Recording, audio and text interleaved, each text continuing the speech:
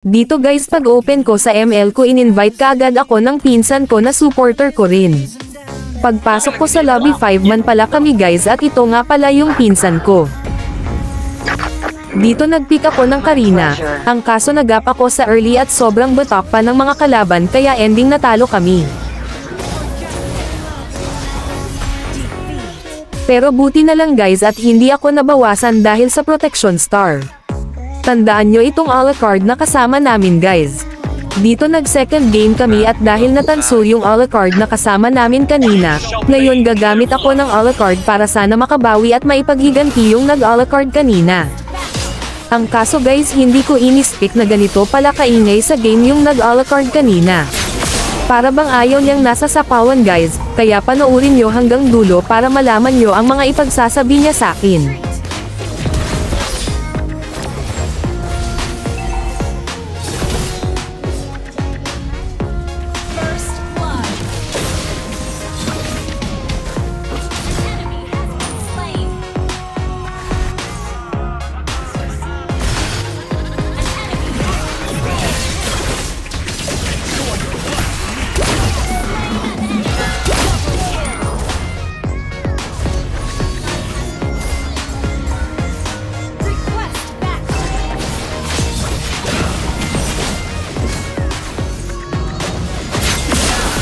Dito na late lang ako ng konti sa pagdalaw sa kanya, ito na yung pinagsasabi niya sa akin.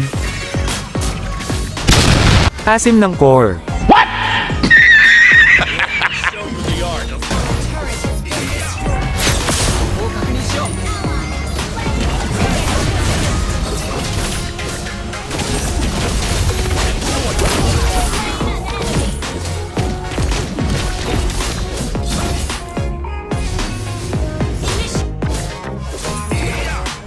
Salitang Bisaya kasi guys, kaya ay translate ko na lang sa Tagalog.